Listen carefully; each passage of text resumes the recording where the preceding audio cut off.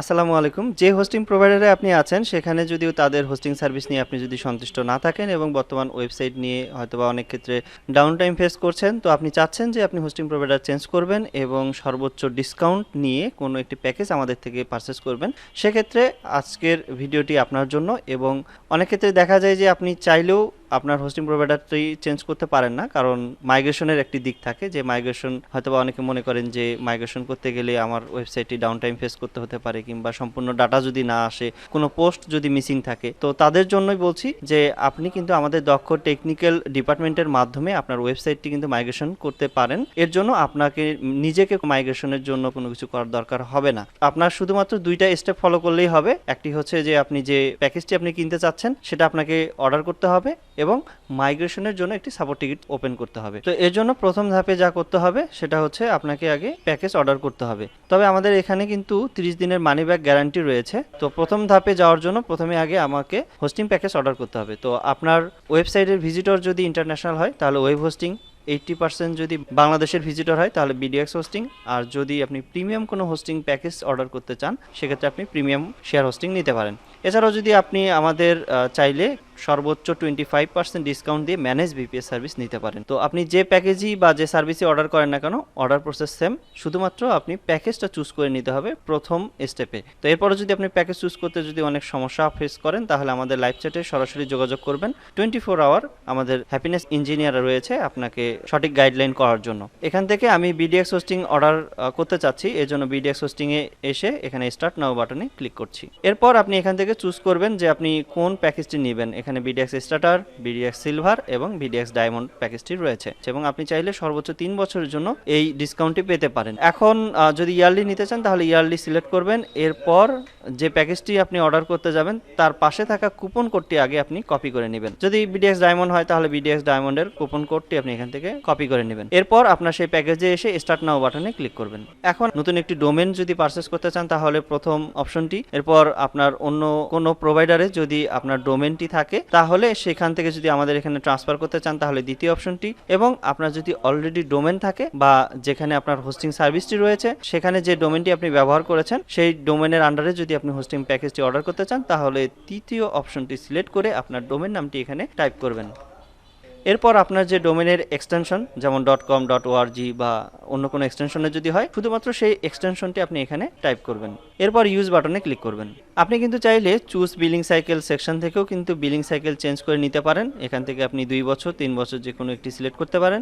তবে মান্থলি চাইলে মান্থলিও নিতে পারবেন, কিন্তু মান্থলি যদি নেন তাহলে কিন্তু আর আপনি এই 40% কিন্তু ডিসকাউন্টটি আর পাবেন না। একই সাথে এডিশনাল সার্ভিসেস থেকে আপনি ক্লাউড ব্যাকআপ সার্ভিসটি যদি নিতে চান তাহলে এই সার্ভিসের পাশে থাকা যে চেকমার্ক বক্স আছে এখানে ক্লিক করে চেক করে দিবেন। ক্লাউড ব্যাকআপ সার্ভিসটি হচ্ছে আমাদের একটি অ্যাড অন ফিচার এবং এই ফিচারের মাধ্যমে আপনার ওয়েবসাইটের ব্যাকআপ 24 ঘন্টার ফাইল ওয়াইজ ব্যাকআপ কিন্তু আমাদের দুটি আলাদা আলাদা ভিন্ন সার্ভারে ব্যাকআপ জেনারেট হবে অটোমেটিকভাবে, এবং cPanel থেকেই আপনার ব্যাকআপগুলো আপনি কিন্তু অ্যাক্সেস করতে পারবেন এবং এখানে ডেইলি, উইকলি এবং মান্থলি কিন্তু ব্যাকআপ থাকছে। এখন সব কিছু ঠিকঠাক থাকলে যদি আপনি এটা না নিতে চান এটা আপনি পরেও নিতে পারবেন, তো তখন এটা আর কিছু করার দরকার নেই। তো আমি এখন ক্লাউড ব্যাকআপ সার্ভিস সহ অর্ডার করতে যাচ্ছি, এজন্য কন্টিনিউ বাটনে ক্লিক করছি। এখানে চেকমার্ক বক্সে ক্লিক করার পর এরপর প্রমোশন সেকশন থেকে ইন্টার প্রোমো কোড এই ফিল্ডে আপনি যে প্রোমো কোডটি কপি করেছেন সেই প্রোমো কোডটি এখানে পেস্ট করে দিবেন। এরপর ভ্যালিড কোড বাটনে ক্লিক করবেন। কুপন কোডটি যখন অ্যাপ্লাই হয়ে যাবে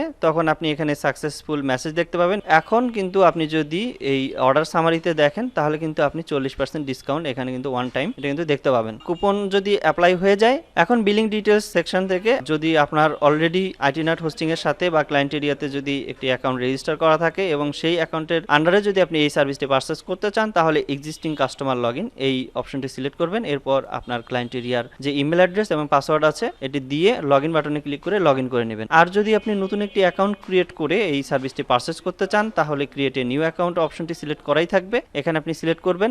আর আপনি যদি চান যে সাইন আপ উইথ গুগল এই অপশনটি সিলেক্ট করে আপনার গুগলের সাথে আপনি অটোমেটিকভাবেই একটি অ্যাকাউন্ট রেজিস্টার করবেন, সেটাও কিন্তু আপনি করতে পারবেন।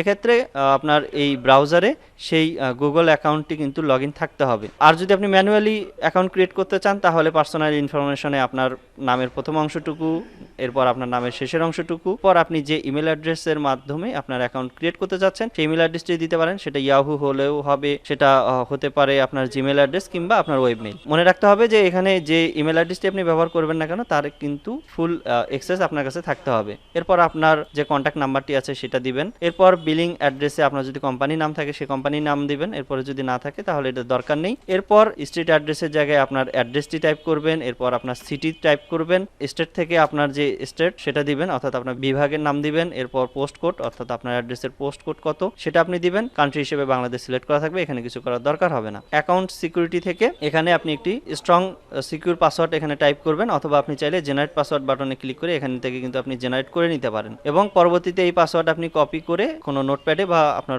পাসওয়ার্ড ম্যানেজারে সেভ করে রাখতে পারেন এই পাসওয়ার্ড দিয়ে আপনার এই ক্লায়েন্ট এরিয়া অ্যাকাউন্টে বা আইটিনাট হোস্টিং অ্যাকাউন্টে লগ ইন করার জন্য। তো এরপর আপনি একটি সিকিউরিটি কোশ্চেন সেট আপ করতে হবে, যেখানে ডাউন অ্যারো বাটনে ক্লিক করে এই যে এখানে আপনি 5টি সিকিউরিটি কোশ্চেন দেখতে পাবেন। আপনার প্রেফারেবল বা ইচ্ছা মতো যে কোনো একটি কোশ্চেন এখানে থেকে সিলেক্ট করে নেবেন এবং তার অ্যান্সার আপনি এখানে টাইপ করবেন। তো এইভাবে আপনি কিন্তু একটি অ্যাকাউন্ট রেজিস্টার করতে পারেন খুব সহজে। তো আমার যেহেতু অলরেডি অ্যাকাউন্ট রয়েছে আমি সেই অ্যাকাউন্টে লগ ইন করছি।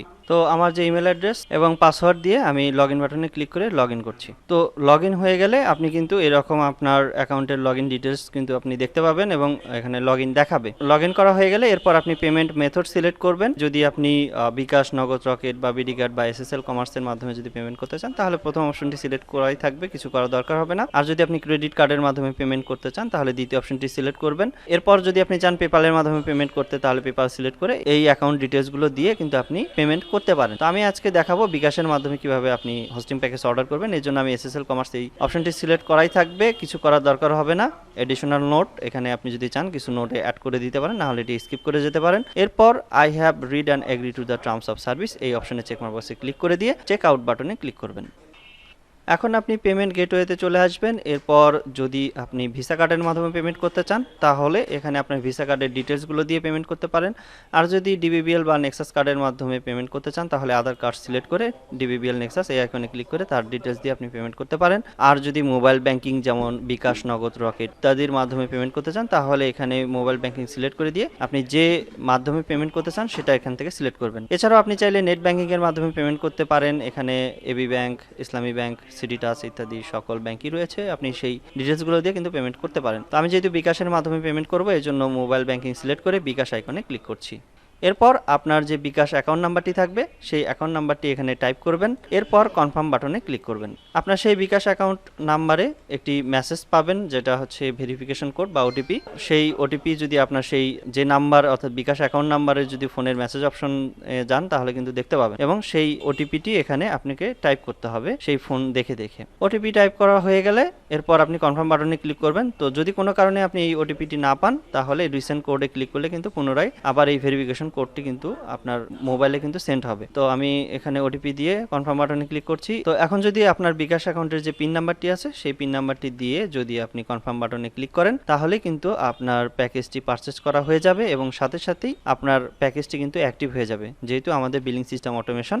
এবং একই সাথে আপনি এসএসএল কমার্স থেকে একটি মেইল পাবেন এবং আইটিনাট হোস্টিং থেকেও কিন্তু আপনি 3টা মেইল পাবেন, একটা ওয়েলকাম মেইল এবং আপনি যে ইনভয়েস পেমেন্ট করেছেন সেটার একটি মেইল এবং আপনার সার্ভিস রিলেটেড অর্থাৎ ওয়েব হোস্টিং সিপ্যানের লগইন ডিটেলস নামে একটি মেইল পাবেন যেখানে আপনার এই হোস্টিং এর লগইন ডিটেলস থাকবে। তো এটা আপনি মেইল চেক করলেই পেয়ে যাবেন। প্যাকেজ পারচেজ করা হয়ে গেলে আপনি আবারও ক্লায়েন্ট এরিয়াতেই যদি থাকেন তো ক্লায়েন্ট এরিয়া থেকেও কিন্তু সাপোর্ট টিকিট ওপেন করতে পারেন। আর যদি মাইগ্রেশন পেজ এই পেজে যদি থাকেন আপনি তাহলে এখান থেকেও কিন্তু সাপোর্ট টিকিট ওপেন করতে পারবেন। তো এখান থেকে আপনি সাপোর্ট টিকিট ওপেন করার জন্য এখানে আপনার নাম দিবেন, এরপর যে অ্যাকাউন্টের আন্ডারে অর্থাৎ যে জিমেল দিয়ে সার্ভিস পারচেজ করেছেন সেই ইমেল অ্যাড্রেসটি দিবেন। এরপর ডিপার্টমেন্ট থেকে আপনি যে কোনো একটি ডিপার্টমেন্ট চুজ করতে পারেন অথবা টেকনিক্যাল ডিপার্টমেন্ট চুজ করবেন। এরপর কোন সার্ভিসটি নিয়েছেন সেই সার্ভিসটি আপনি এখানে সিলেক্ট করবেন বা এটা যদি না থাকে তাহলে এটি আপনি স্কিপ করবেন।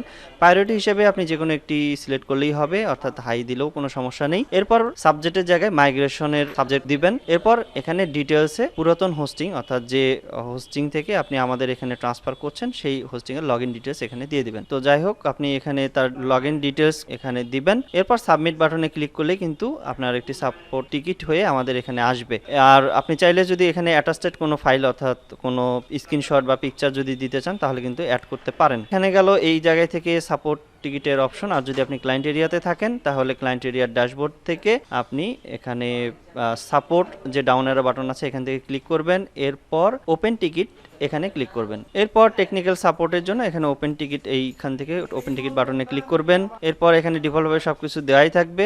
রিলেটেড সার্ভিস, এখান থেকে আপনি যে সার্ভিসটি একটু আগে পারচেস করেছেন সেই সার্ভিসটি এখান থেকে সিলেক্ট করে দিবেন। এরপর প্রায়োরিটি হিসেবে এখানে হাই দিয়ে দিবেন। এরপর সাবজেক্ট দিয়ে দিবেন যে মাইগ্রেশন। যদি আপনি শর্টকাট করতে চান তাহলে শর্টকাট করতে পারেন, আর যদি আপনি বিস্তারিত টাইপ করতে চান তাহলে বিস্তারিত এখানে সাবজেক্ট দিতে পারেন। এরপর এখানে যে লগ ইন ডিটেলসগুলো দরকার হবে তার মধ্যে আমি এখানে দিচ্ছি। তো এখানে এই ডিটেলসগুলো অবশ্যই দিতে হবে, তাহলে আমাদের টেকনিক্যাল ডিপার্টমেন্ট থেকে আপনার ওয়েবসাইটটি মাইগ্রেশন করা সম্ভব হবে। তার মধ্যে সিপ্যানেলের লগ ইন ইউআরএল, সিপ্যানেলের লগ ইন ইউআরএল দিবেন। এরপর আপনার ডোমেন নাম দিবেন, অর্থাৎ প্রাইমারি ডোমেন নামটি দিবেন। এরপর আপনার সিপ্যানেলে যে ইউজার নেম থাকবে সেই ইউজার নেমটি দিবেন। এরপর পাসওয়ার্ড, অর্থাৎ সিপ্যানেলের পাসওয়ার্ড। তবে আপনি চাইলে ওয়ার্ডপ্রেসের লগ ইন ইউআরএল এবং ওয়ার্ডপ্রেসের ইউজার নেম এবং পাসওয়ার্ডটিও কিন্তু আপনি দিতে পারেন।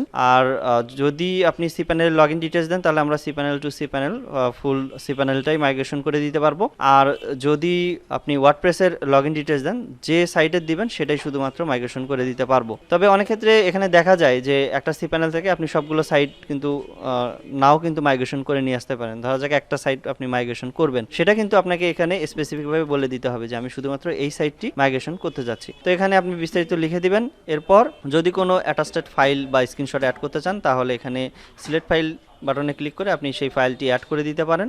আর যদি কোনো কিছু না অ্যাড করতে চান তাহলে এখানে সরাসরি সাবমিট বাটনে ক্লিক করে দিবেন। তাহলেই আপনার সাপোর্ট টিকিটটি ওপেন হয়ে আমাদের মাইগ্রেশন টেকনিক্যাল ডিপার্টমেন্ট এই টিকিটটি চলে আসবে এবং তারা আপনার ওয়েবসাইটটি মাইগ্রেশন করে আপনাকে টিকিটে জানিয়ে দিবে। তো মাইগ্রেশন করা কমপ্লিট হইলে পরের যে ধাপটা থাকে সেটা হচ্ছে আপনার ডোমেনে নেম সার্ভার চেঞ্জ করে দেওয়া, যেটা আমাদের নেম সার্ভার ব্যবহার করতে পারেন। আর যদি ক্লাউডফেয়ার ব্যবহার করেন তাহলে ক্লাউডফেয়ারের ডিটেলস কিন্তু আমাদের এখানে দিতে পারেন, আমরা সব কিছু আপনার জন্য করে দিব এবং ক্লাউডফেয়ারের ডিএনএস যা যা চেঞ্জ করে দেওয়া দরকার সেটা আমরা করে দিতে পারব। তো এই ছিল আজকের মতো ভিডিও। এই ভিডিওর কোনো পার্ট যদি আপনার বুঝতে অসুবিধা হয় সেক্ষেত্রে এই ভিডিওর কমেন্ট সেকশনের মাধ্যমে জানাতে পারেন। এতক্ষণ আমাদের এই ভিডিওটি দেখার জন্য আপনাকে অসংখ্য ধন্যবাদ। আসসালামু আলাইকুম।